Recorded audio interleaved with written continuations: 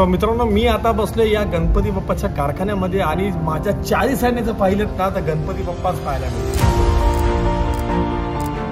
आज आपण आलो आहोत हमरापूर या गावात आणि आपण पाहणार आहोत साच्याच्या माध्यमातून कशा प्रकारे गणपती बाप्पा घडवले जातात। 2 फूट 4 फूट आणि 8 फुटांचे पीओपीचे गणपती तर आपण पाहणार आहोतच, सोबत शाडूच्या मातीचे गणपती बाप्पा म्हणजेच इको फ्रेंडली गणपती देखील पाहणार आहोत।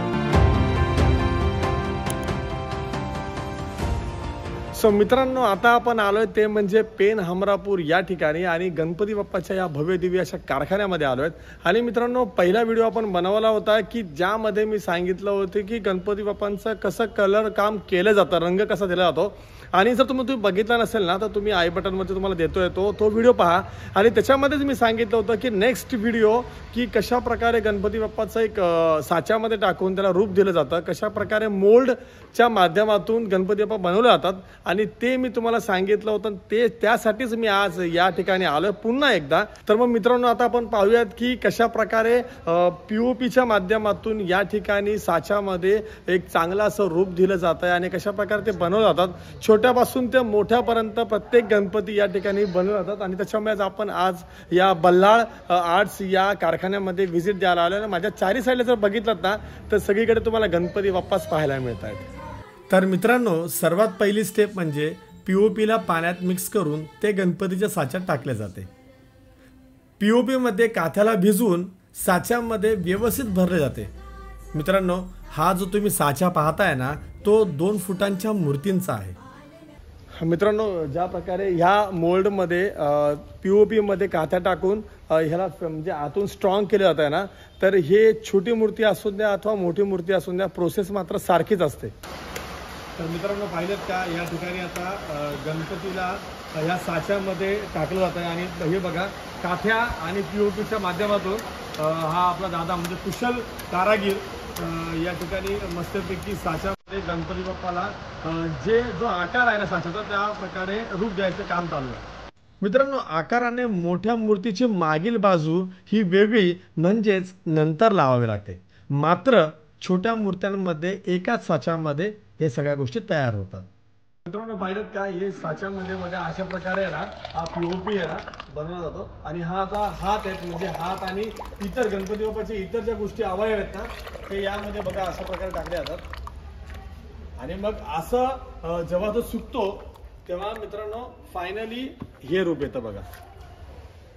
आपण पाहिलं का काही मला वाटतं अर्धा तास झालेला, अर्धा तासापूर्वी आपण आहे ना याच्यामध्ये पीओपी टाकली होती, हा साचा बनवला होता। आता साचा खोलण्याची वेळ आलेली, अर्धा तासामध्ये आता दादा आपल्याला साचा खोलून दाखवतील आणि आता खरं आता रूप पाहायला भेटेल ह्या गणरायाचं।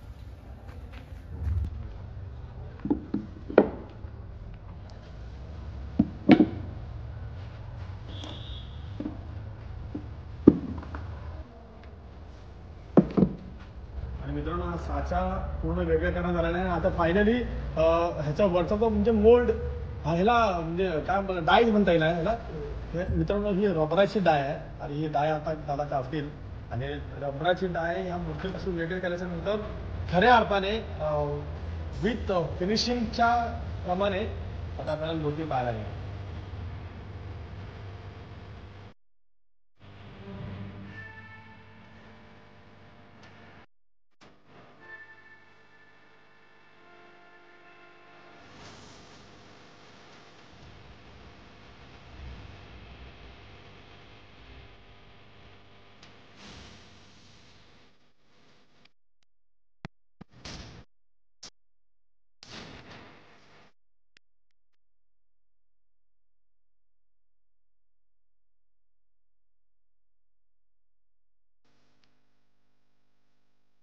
मित्रांनो, गणरायाच्या हाताला फिनिशिंग देण्याचं काम चालू आहे जेणेकरून मुख्य मूर्ती आहे त्याला ते जोडता येईल।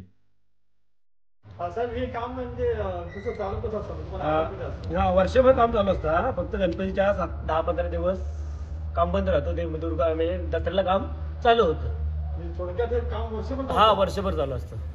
मला असं वाटतं की नॉर्मल म्हणजे नाही वर्षभर 1-2 महिने अगोदर नाही, हा वर्षभर काम चालूच असतं। दसऱ्याला मुहूर्त होतो दसऱ्याच्या दिवशी आणि तिथून काम चालूच असतं शेवटपर्यंत चालू, थांबतच नाही। ह्या कारखान्याचे गणपती मलेशियामध्ये गेले होते.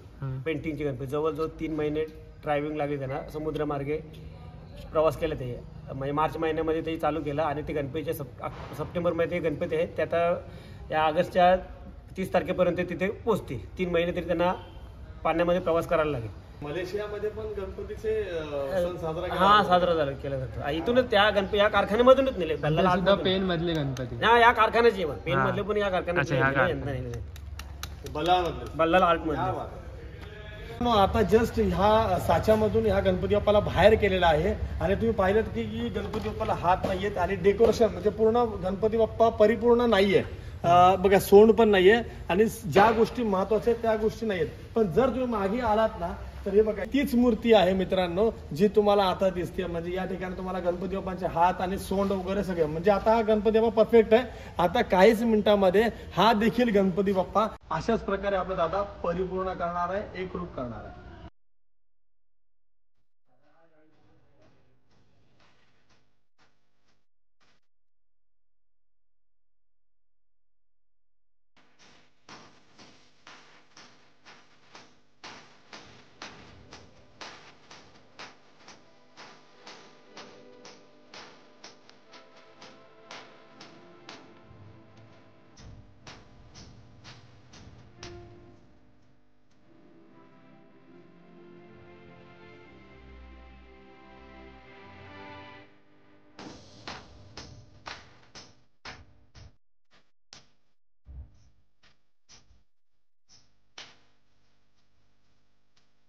आणि ही या ठिकाणी बघा मित्रांनो सपोर्ट दिला प्रयत्न बरं का.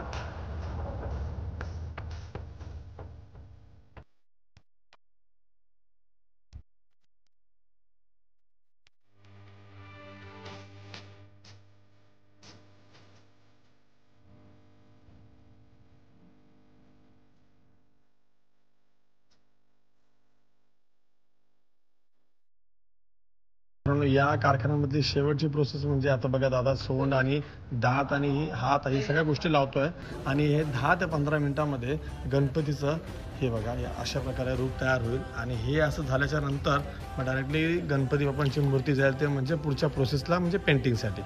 सो मित्रांनो हा देखील एका मोठ्या गणपती बाप्पाचा साचा आहे आणि ही मोल्ड आहे. हे बघा हे बघू शकता रबराची ही मोल्ड आहे आणि याच्यामध्ये देखील पुन्हा एकदा POP टाकून काथ्या टाकून त्याला पुन्हा एकदा घडवलं जाईल आणि अर्ध्या पाऊण तासामध्ये पुन्हा जेव्हा हे POP सुकेल तेव्हा पुन्हा एकदा गणपती बाप्पा जो मोठा गणपती आहे तो आपल्याला पाहता येईल. आणि आपण जसे लहान मूर्तीला साच्यातून बाहेर काढताना पाहिलं ना तसेच आता 8 फुटांच्या मूर्तीला देखील साच्यातून कशा प्रकारे बाहेर काढतात ते आपण पाहू.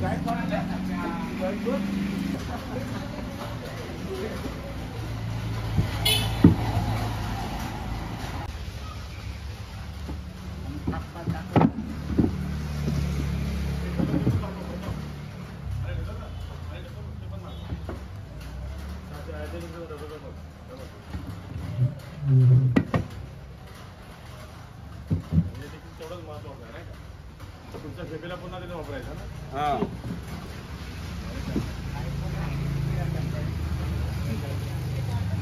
आता ते रूप बघा आणि खल्यांतर रफाचं रूप वेगळं ना. माझे नाव मित्रांनो हा आता भला मोठा गणपती साच्यातून बाहेर काढतात आणि हा जो रंग दिसतो लाल रंग हा हे रबर आहे आणि रबराच्या आतून आता तुम्हाला खरं गणपतीचं रूप पाहायला मिळेल. आणि दादांच्या तर आपण बोललो ना त्यांना विचारलं की ह्या साच्याच्या माध्यमातून किती गणपती बनवले जातात तर मित्रांनो त्यांनी सांगितलं एका साच्याच्या माध्यमातून किमान 200 पेक्षा जास्त गणपती बनवले जातात मित्रांनो.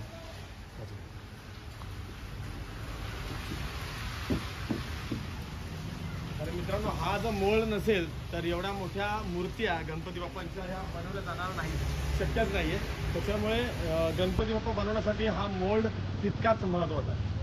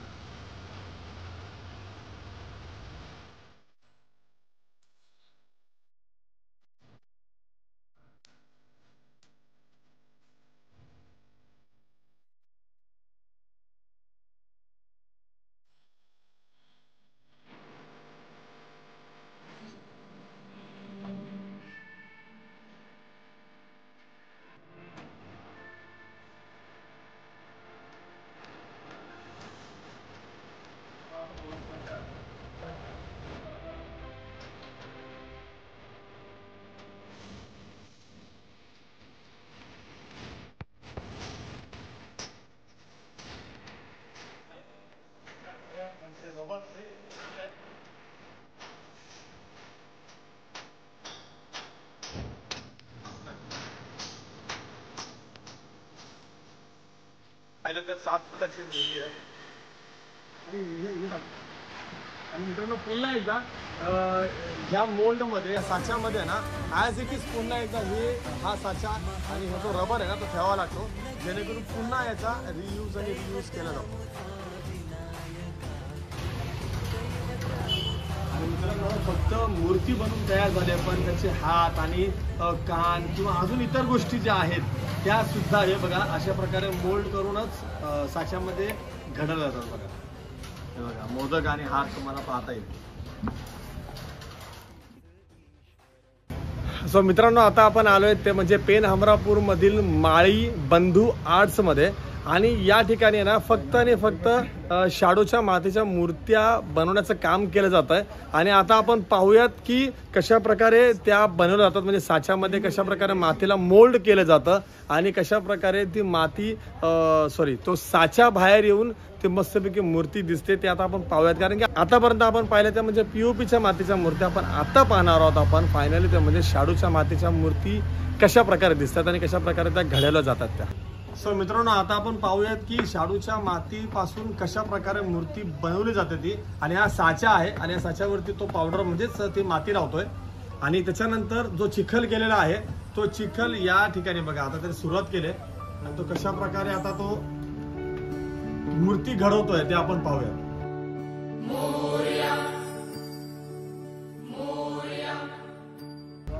मित्रांनो आता जो ही मूर्ती घडवतोय ना तो जरी लहान असला म्हणजे मूर्ती लहान जरी असली त्याची कीर्ती मात्र महान दिसते.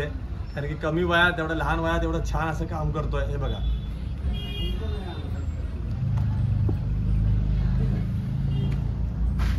अच्छा बाळा मला एक सांग, पीओपीची मूर्ती घडवायला किती वेळ लागतो आणि मातीची मूर्ती घडवायला किती वेळ लागतो? मातीची मूर्ती घडवायला 1 ते 1.5 तास.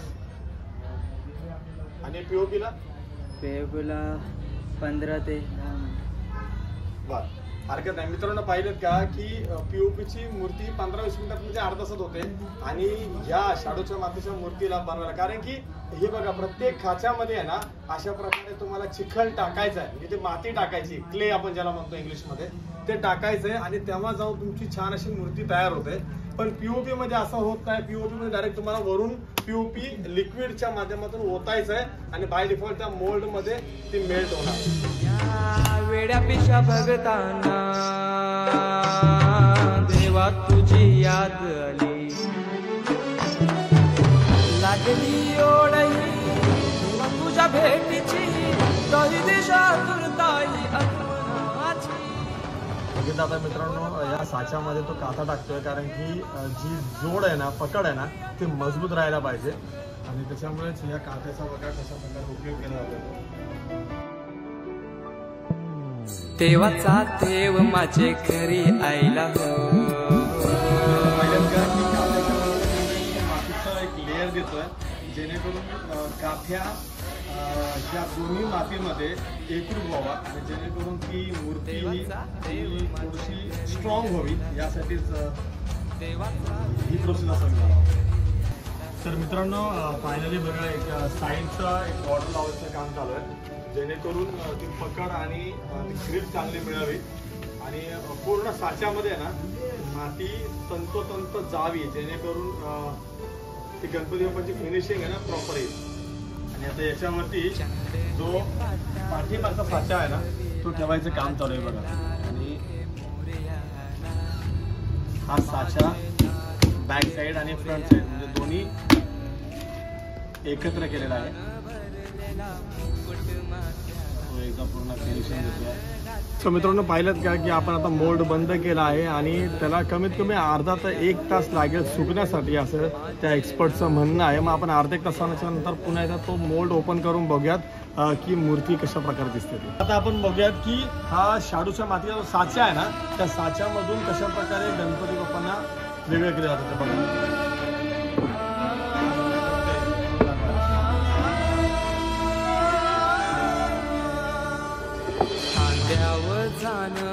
रेशमी शेला पायाने घातला घुंगराचा वाला, माझे लाडू के मोरयाला, माझे लाडू के मोरयाला. दुर्वाशमी फूल जास्वंदीचा नैवेद्य एकवीस मुक्तांचा माझे म्हणजे शाडूच्या मातीची गणपती माझे लाडके मोरयाला.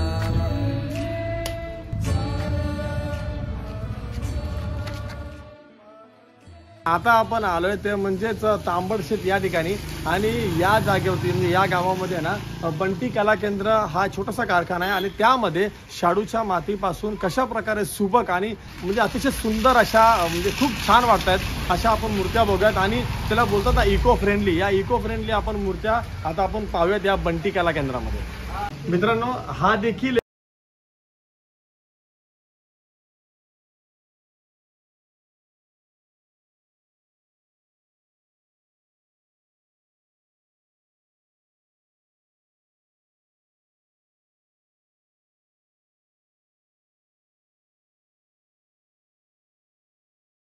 ते म्हणजे सगळंच या ठिकाणी तुम्हाला पाहायला मिळतंय.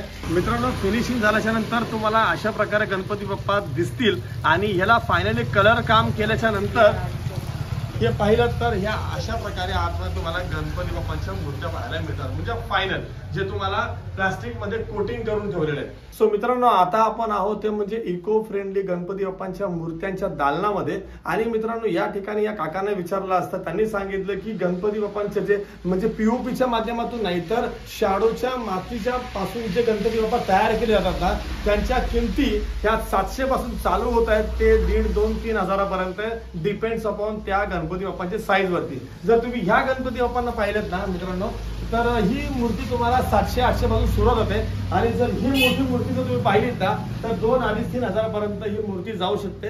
निर्णय तुमचा आहे की तुम्हाला पीओपीची गणपती हवे की शाडूच्या मातीचे म्हणजेच इको फ्रेंडली.